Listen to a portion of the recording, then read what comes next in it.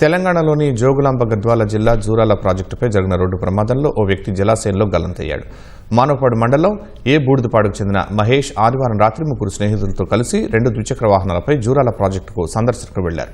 తిరిగి వచ్చే క్రమంలో ఒక ద్విచక్ర వాహనాన్ని ఎదురుగా వెళుతున్న కారు ఢీకొట్టడంతో వెనుక కూర్చున్న మహేష్ ఎగిరి జలాశయంలోకి పడిపోయాడు.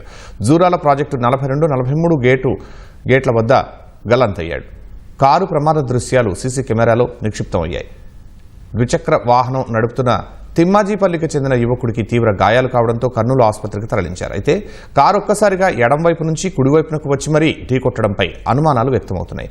కారు డ్రైవర్ మద్యం సేవించాడా లేక మరేదైనా కారణం ఉందా అనే కోణంలో పోలీసులు దర్యాప్తు చేస్తున్నారు.